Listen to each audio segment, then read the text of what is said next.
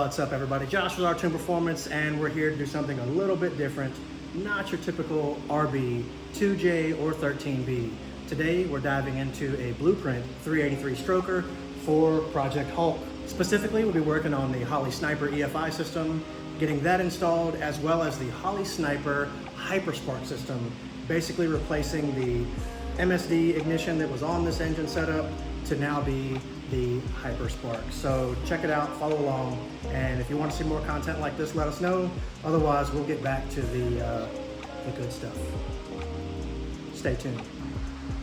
Okay, seen here is the MSD distributor cap and Sniper Hyperspark kit that is installed on our Blueprint 383 stroker. You can see basically it's seated all the way down, so the instruction kit comes with pretty detailed instructions on what to do. There's some gear oil or assembly lubricant that is used on the sprocket there that's going to go down and engage into the engine itself. And then also you got your oil pump drive. So oftentimes if you are unable to seat this all the way down, it just simply means that your oil pump drive isn't aligned. And typically what'll have to happen is you can have somebody hand crank the engine over while you put slight downward pressure on the distributor unit, and it eventually will slide into space. So it's much more forgiving than a traditional distributor where orientation really matters. For example, if you're not on the compression stroke with the number one cylinder, when you input this thing, it's possible that you could set it up 180 degrees out. Well, the Sniper kit does not have that limitation. And basically it provides a really simple tool and a way to install this in the proper orientation. So really your only limit is if the phasing section of where it lines up, the button that I'm talking about, I'll show. If for whatever reason your number one spark plug wire doesn't reach, that's the only reason you would have to potentially change your setup and or just get a spark plug wire that's slightly longer and you'll be good to go.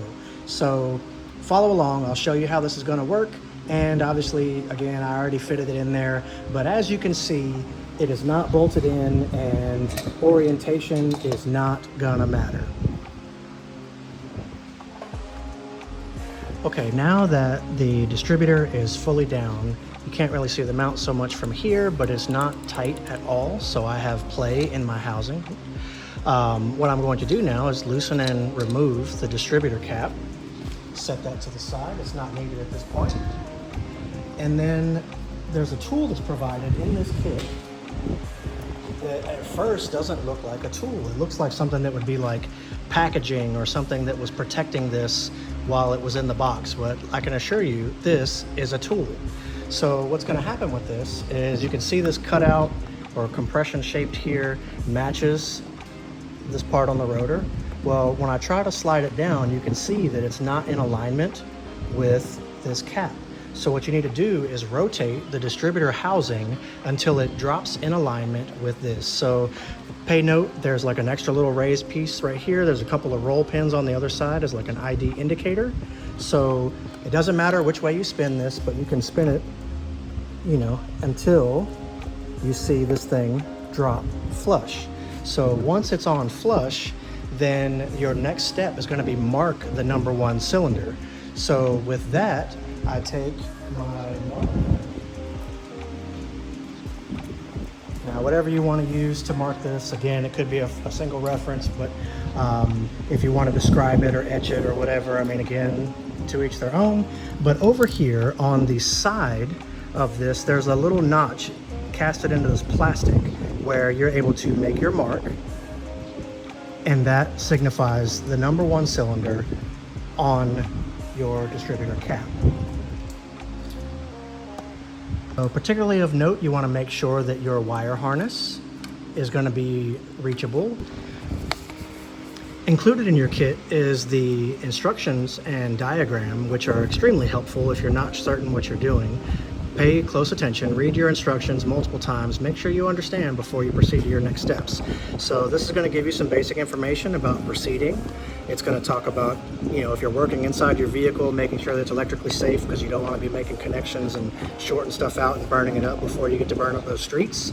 But it also talks about the different part numbers for different engines and what the compatibility is. Also, got colored pictures to show you exactly what's going on, as well as very detailed instructions. And it covers the wiring, which I'm going to talk about now. Okay, after you have clocked and marked your number 1 spark plug orientation, it's now okay to go ahead and tighten your distributor housing. Make sure you're using a wrench to do this. The little lockdown fork on here has kind of like a serrated groove with this piece of hardware that I'm using, so I don't need to put any kind of Loctite or anything on that.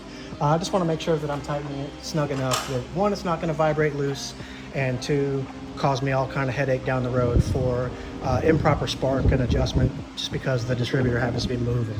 So save yourself some trouble, make sure you're tightening that down, give it a good little snug.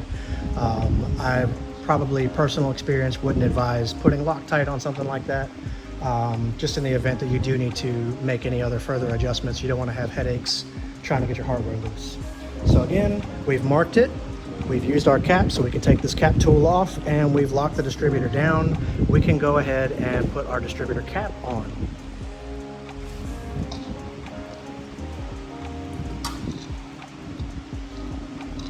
Again, when we're going to put our distributor cap on, basically you've got your side ears, like it typically can fit either direction. So if you have a fancy raised logo or anything like that that you want to have show, go ahead and put that in the orientation you desire.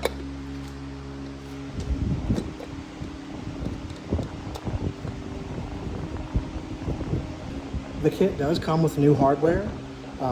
In the event, for whatever reason, you were using something else, as long as it's the same thread pitch and length, probably shouldn't make a difference. But in this case, this is brand new out of the box. It already has brand new hardware. I'm not going to replace the hardware that is already brand new. And with that, the distributor cap is completely installed, minus our wiring. Now, one thing to note, I looked at my blue pin mark and I can see that this post right here is my number 1 cylinder. I'm not going to have any issues reaching, to number 1 with the spark plug wires that I have. So in this instance, we are good to go. Again, I referenced it in the technical manual as far as the paperwork that comes with this.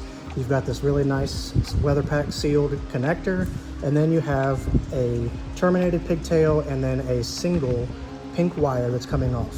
Now, this single pink wire is going to go to a switched 12-volt source, and special note is this switched 12-volt needs to be hot during cranking as well as engine operation. So be mindful, if you put it on something that's 12 volts with the key on, but when you go to crank, that 12-volt source is lost, you're not going to have ignition. So it needs to be hot, switch 12-volt, whether cranking and engine on.